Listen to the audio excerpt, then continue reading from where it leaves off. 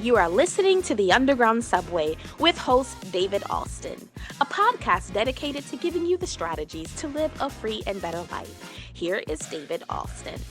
Hi, I'm David Alston, host of The Underground Subway, a podcast that is dedicated to one thing, that is giving you the tools and strategies needed to live a better and more successful life. Listen, my friends, no matter where we are, no matter what we're going through, no matter what situation we've been faced with in the past or currently or in the future, there's always hope. There's always a roadmap. There's always a GPS system which tells you where you are, where you're going, how you're going to get there, and how long it's going to take you to get there. This podcast is that GPS system because we're going to reveal to you the strategies and the tools needed to live a better life. But it's up to you to press that button. It's up to you to hit the go button. One of the things that I love about Harriet Tubman is she said that I could have freed so many more slaves if only they knew that they were slaves. How many of us are living a life in which we don't even realize or recognize that we have chains holding us back, chains holding us down, chains that are hindering us from having better relationships, more success in life? And this podcast is dedicated to giving you these tools and strategies by presenting you with quality and qualified guests that will reveal those chains and talk to us about how to live a better life. I'm extremely excited about my guest for this edition of the Underground Subway. I'm excited because I've watched his material. I've seen his shows. I've seen him on General Hospital. I've seen him on Criminal Minds. I've seen him operate, and I'm extremely honored and proud and privileged to welcome to the Underground Subway none other than Issei, formerly known as Kiko Ellsworth, the actor. My friend, thank you so much, Issei, for joining us on the Underground Subway. Thank you for having me. It's a pleasure, and I love your intro. I love what your show stands for. Anytime I can be a part of anybody or anything that is doing such tremendously good work for just the upliftment of all people, I'm all there. So thank you for holding this space, and it's a pleasure to be here. Thank you, my friend. Talk to us about, tell us a little bit about yourself and your acting career and some things that you've gone through, or something that we can kind of get to know you. Normally, I'll read this long bio of my guest, but I wanted you to talk about you, and then we're going to talk about some things that can potentially make our lives better. Sure, yeah. I'm an Emmy award-winning actor, inspirational speaker, and men's self-mastery coach. As far as the acting, so I have it kind of like this. I've had two careers. So I had my first career from the year right around 2000 to 2010. Then I walked away from Hollywood because I was unfulfilled in my spirit. And when I walked away, I just basically had to find my soul, find my spirit, and anchor myself within myself. And so that was the next decade. And when I came out of that, the Hollywood, it kind of came back to me. It was knocking on my door. I just finished a film called Alone Today earlier this year, an amazing film that brings awareness to child trafficking, sex trafficking, domestic violence, which I'm a big advocate for that because I was a vice president of a domestic violence awareness nonprofit years ago. I was the self-defense coordinator, empowerment coach for many women for many years, which in doing all that work for almost 2 decades with the women and girls really primed me for working with men. Because with men, the main struggle that we is really recognizing and balancing the polar opposite energies within us, that yin yang energy, that masculine, feminine energy, that inside outside energy. And most of us think, oh yeah, I'm a man and there's nothing a woman about me, but it's not like that. It's more like having brake and a gas pedal. You want a brake pedal and you want a gas pedal so you can navigate properly. And so that learning the feminine aspect was a big piece of helping men do that sort of work. So that's kind of like an overview, and I speak about that type of work, and the entertainment industry kind of got me going a little bit in that direction. You say, talk to us. You talk about the men and men's awareness and everything. What do you think, in your opinion, when we turn on the news, we look at all of the things that are happening, whether it's in the religious world, the political world, the private sector, wherever, it seems like we're faced with so many issues with men not stepping to the forefront and walking in their role as a man. What do you think that obstacle is that's stopping men from becoming real men? Don't turn on the news no more. All right. I'm so real about that. Don't turn on the news, don't watch TV unless you can do it really with a those X-ray lenses. Mm-hmm. It's much like the film The Matrix. I think everybody kind of remembers that film when in the very beginning when Neo first went into the, when Morpheus first found him and he woke up from after being messed up and, throwing up and all that stuff. And he woke up in the middle of the night and he started talking to the guy and he said, "Oh, I don't even see blondes on the computer anymore. All I see is code, right? I just see the code because I know it's not real, Mm-hmm. right?" So when we look at the news, when we look at TV, when we look at, commercials and we just ingest it without really seeing the code, that means we consent. We accept the program. Now you got to Right. listen to what I'm about to say. What is TV called? It's called a TV what? Show or TV or TV TV program. program. Yeah, that was my, yes, program. And what do? You change the what? The program, the station, The station, the channel. the channel. Mm-hmm. So you have programs. So you're channeling. So just like people will channel a spirit or they'll Mm-hmm. channel some energy, you're channeling a program into you. And if you're not aware that something's being channeled inside of you, that means you're going to be programmed in the way that the whatever the subliminal messages are of that particular program, that's going to dictate and influence and guide your behavior, guide your spirit actually. Mm-hmm. So when I look at commercials particularly, I learn a lot, like, because what's this industry is very masterful. We didn't just start telling stories with TV. The stories came way before we even had TV. We've been a great storytelling nation. Mm-hmm. And a lot of the stories that have been told are not true stories, like, Christopher Columbus, stuff like that. But we believed it for so long as if he really discovered America. Right. This guy was like probably the 10,000th person that discovered America, Right. So, but things like that, when we don't put on those X-ray lenses and really look at what's really happening, then we accept the program and then we actually believe what we're seeing without even the question being posed, do I believe this or not? You're just actually consenting right away when you just don't question it. Mm-hmm. So I don't even have a TV. I'm very specific with, I mean, I have Netflix and I watch very specific shows, and they're not even American shows because those shows are not geared towards me. Mm-hmm.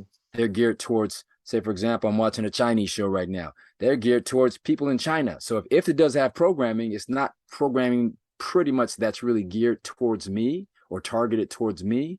So I can actually watch it in a different way, and I watch it for very specific reasons. So, the programming is to answer your question, and we program it in so many ways. Just the entertainment and the music is such a powerful program that when we're not aware of what's really happening, what's really going on, then we accept it. And that's the problem. We accept the program, Mm-hmm. right?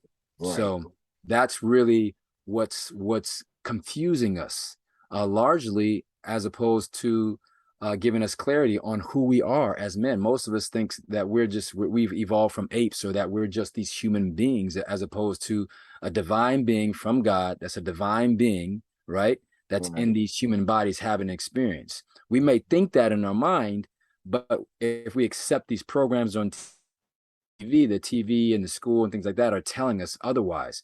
And so we vibrate at a different level, and we respond and react at a different level that's contrary to what we may think. Even though we may know that we're a child of God, we'll actually respond and believe something different in the day-to-day life. Right. Wow, that's good. Talk to us for a moment. One of my favorite movies that I've watched in the past. Simply, used to watch it because of the name, because I'm originally from Philadelphia, and the movie Philadelphia with Denzel Washington and Tom Hanks. And Denzel Washington is an attorney who asks a witness a question. And he said, after he asks the question, he says to the witness, now explain it to me like I'm a 6 year old.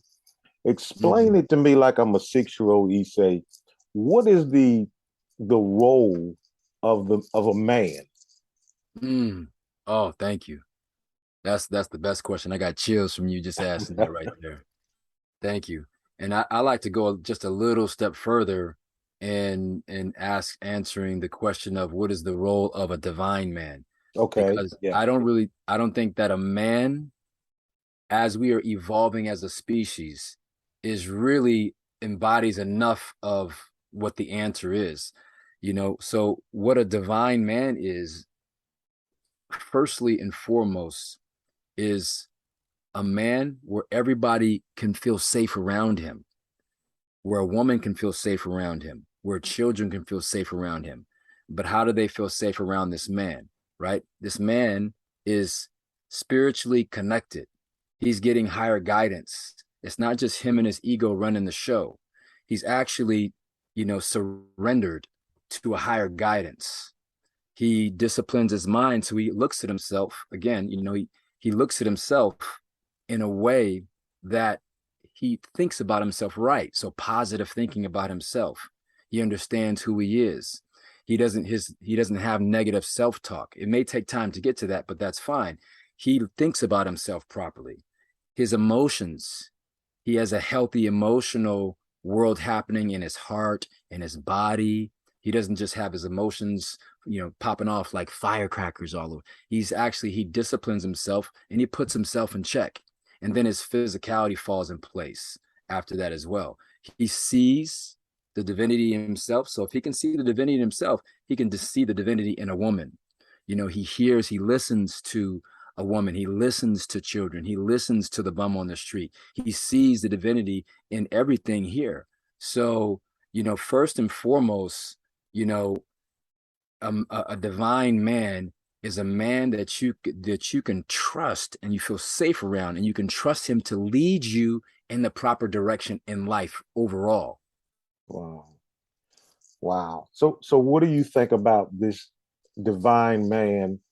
I hope I'm not getting into left field, but we're just having a conversation. Uh, we're having a conversation. We're talking with Issei, formerly Kiko Ellsworth. Uh, Issei, what about this man who doesn't make anyone around him safe and is a violent man who takes out his frustration and his anger on a woman in a different way than he would a man? Yeah, yeah, that's a great question too. I'm glad that you're bold enough to ask that. Here's the thing.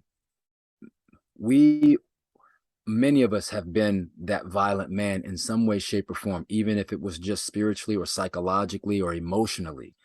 That type of violence, in my understanding and my experience, comes from unconsciousness, forgetting, first of all, forgetting who you are, and also having improper role models, improper training, right? So it's not so much that this person needs to be uh, uh, uh, reprimanded, but they need to be held accountable and responsible and taught the proper way. Because Mhm. these people, these men, and I was one of those men that was unconscious, and I thought I had very low self-esteem. I was very insecure. I was angry.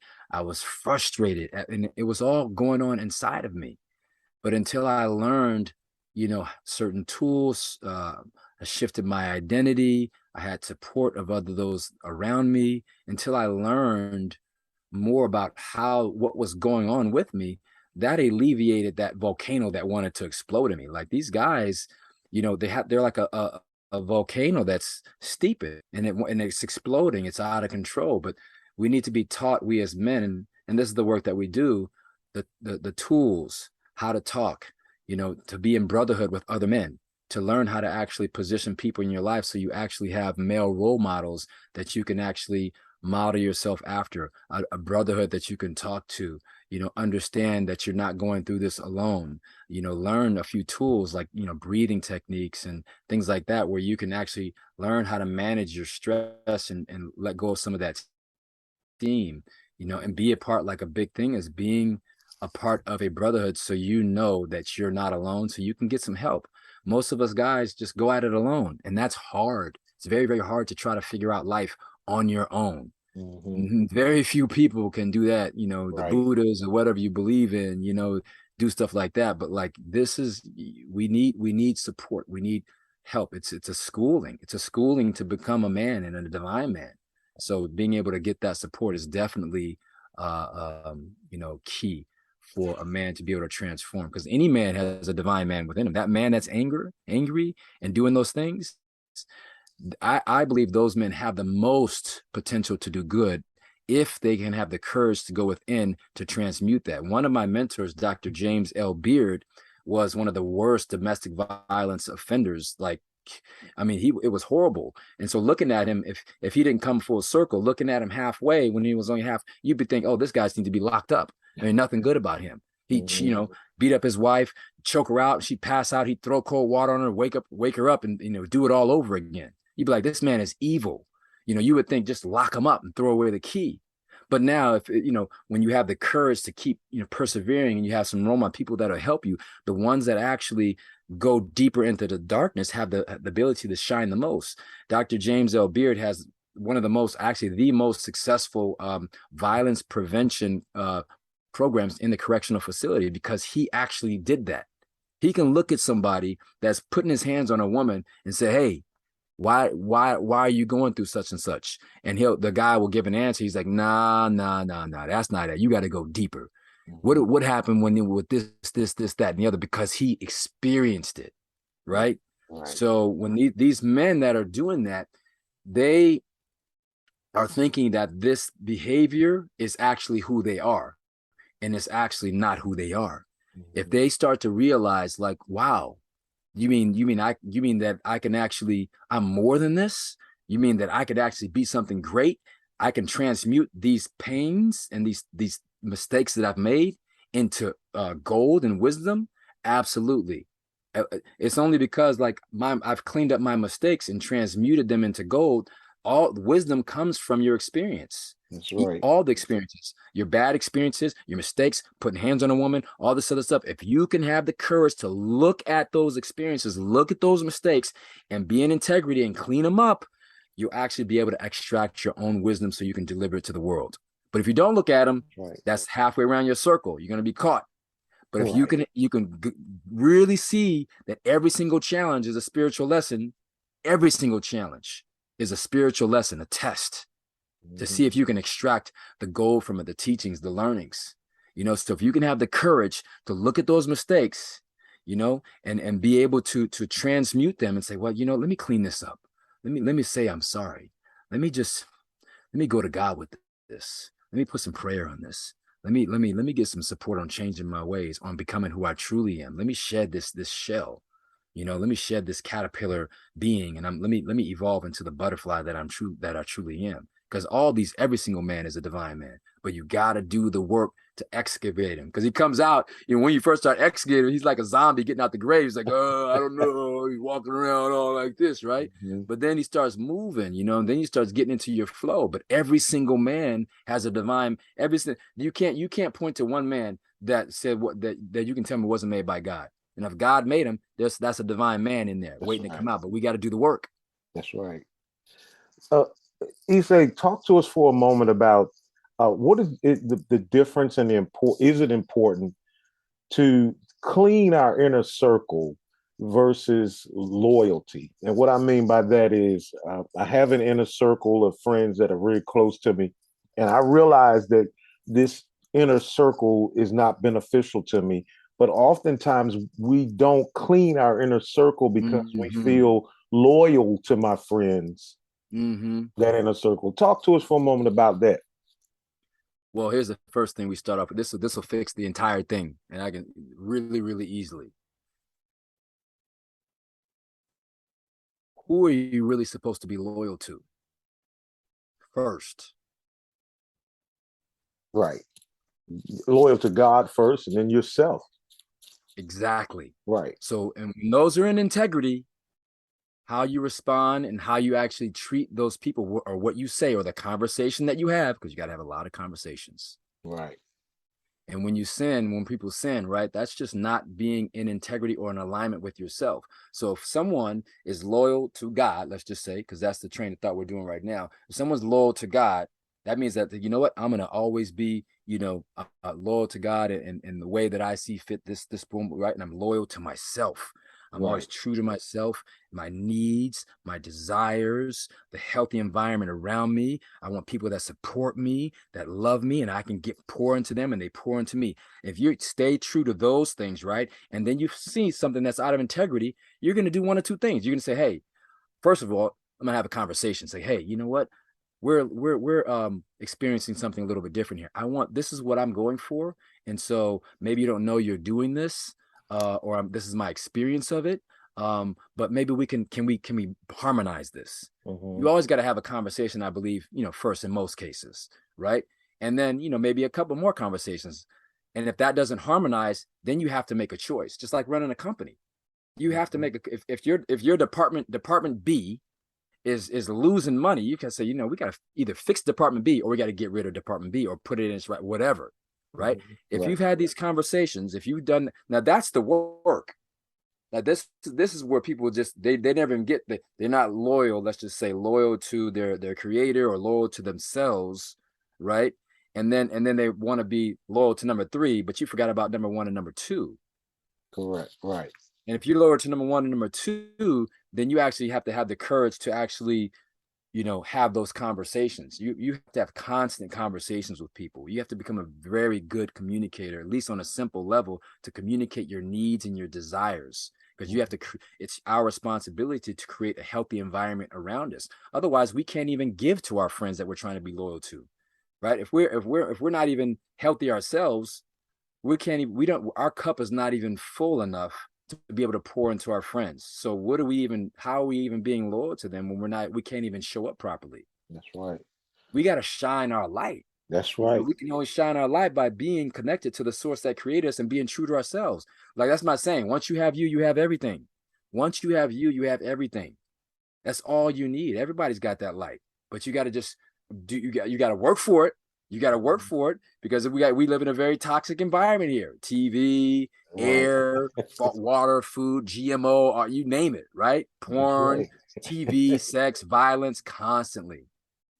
So what about our responsibility to the next generation? For a few minutes, it seems like we're running out of time. Time flies when you're having fun, but talk to us about our responsibility as men, to the next generation, because earlier you talked about part of our problem is that we didn't have good role models.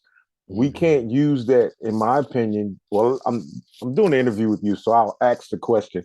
Can we use that as an excuse to not be a good role model to the next generation? Talk to us about our role and our responsibility to our sons and our daughters. Yeah. It seems like, the era that we're living in right now, distraction and chaos is prominent. And it seems as if certain things are not important when those are the only things that are important. And, being a role model, being a father, let's just say being a father, is the most important job that a man could ever do. That's the most important energy that a man can allow to channel through him to program the next generation. If we're not programming the next generation, our children, properly with the divine, that divinely masculine love of the Father, that's safe, that's healthy, that gives the structure, that's firm, that's disciplined, but still, can go to the joy and the play, can be well-rounded and healthy to be around. If we're not channeling through that energy, then we're missing the entire point. There's nothing more important to that. Because if the divine Father doesn't channel his energy, and the divine mother doesn't channel her energy, you have children that are unbalanced, and they'll perish in one way or another, spiritually, emotionally, mentally, physically, all the above, whatever. They'll be off balance. But if they can be balanced, it's just like you walking down the street. If you can be balanced, you'll make it to the end of the block. If you're not balanced, you're not going to make it. That's right. If we can, so being a father, being a role model is, and I'll just go out on a limb, it is the only job that we have. And that's the hardest job, and it happens to be the divine, father, that role model, and the divine mother. Those right there, those are the pillars of the house. If we don't have a house to live in, these children are going to die, plain and simple. Right. Wow. They are the pillars of the house. We have to remember that. We have to go back to basics. So that's when we get clear within ourselves, we remember that that's really our only job to do. And from there, yeah, you can have a little fun, other stuff, but that's the foundation. As a man, you mentioned earlier, one of the first things you said during the interview was that you were an actor, an Emmy award-winning actor, and you had to leave Hollywood because you weren't fulfilled as a man. How do I know that I'm not fulfilled? What are the signs, or what should I look for to make me realize I can do better? Yeah, there is a joy just to the life that you have, that you are, the simple things, your experience of life, how you get up. Do you get up happy most of your days? Do you go to bed, filled up most of your days? Are you angry a lot? Are you frustrated a lot of the time? Are you confused? Are you, what type of people are around you? Are you constantly seeking something outside of you? That's a telltale sign of someone that is not really tuned in to who they truly are, which is on the inside of you. Running the street, clubbing all the time, having to drink all the time, having to be with multiple women all the time, or wanting to, always do something out there. If you can't sit still, if you can't be alone, if you get depressed on being by yourself, if you always have to have, friends around, things like that, if you always have to have distractions on, there's a certain level of unrest. As men, we want to get to the place of being at peace with ourselves. That, and like I said earlier, once you have everything. It's simple, but it's not easy to have you. And when a man particularly can be at peace with being himself and being with himself, then that is the beginning. And if he can't be with himself, I take advantage of time alone, quiet time, being in nature, the ability to think, to clear up this container, this head, this body, this mind, all this. Like I take advantage. It's amazing. So if you don't like being alone, there's some work that needs to be done there. There's always work to be done, even if you do like being alone, even if you're on point, even if you are happy. There's always work to do. Look, I got work to do every single day. You know what I'm saying? So but that's a telltale sign. If you're focused more, I'll just sum it up easily. If a lot of your attention is focused more on the outer world and what's happening out there, as opposed to the inner world, then that's a telltale sign right there that you need to start shifting focus and spending just as much time on your inner world as you do on your outer world. And baby steps with that. Wow. Can you tell us, Issei, finally, before we go, how we can get in touch with you? You have the Divine Man Self Mastery Coaching Program. How could someone get in touch with you or your program or any materials or anything that Yeah, you absolutely. offer? Yeah. I'm on social media just like everyone else. I make myself available there. So largely on TikTok and Instagram, and the handle is the same for both of those, which is a divine man. A divine man is the handle. So yeah, you can reach me there, and there's some really good inspirational videos on there, especially on TikTok, and then some of those go bleed over to Instagram. But really, um, illuminating and leading this conversation with regards to men and how we show up in the world, as well as to our sisters, because the ultimate goal is us together, because we're That's right. the perfect co-creators in the world. Without us coming together, there would be no child, and without that, we wouldn't even be here. That's right. So That's right. the conversation is really, really about how we can be in our natural, harmonic, balanced state, united together as the divine feminine and the divine masculine man, together, so we can create that safe home, that structure. People, they could call it that nuclear family, but it's the nucleus family. It's the Right. nucleus family, because it's the core family that allows for all other families to happen. So bringing that back into whole and completeness is definitely the key. And we're having that conversation on TikTok, Divine Man, and just bring it to a social media aspect. Well, thank you, my friend, for joining us. I really, really am honored and appreciate the fact that you've taken time out of your busy schedule to join us here on the Underground Subway. Hopefully, we can do this again and continue this conversation in the future.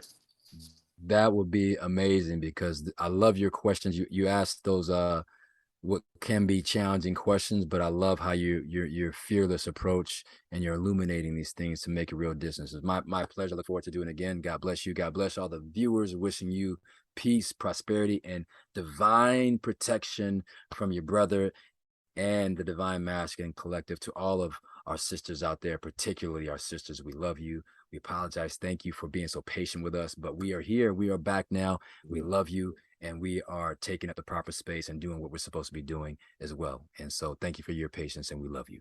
Thank you. Likewise, brother.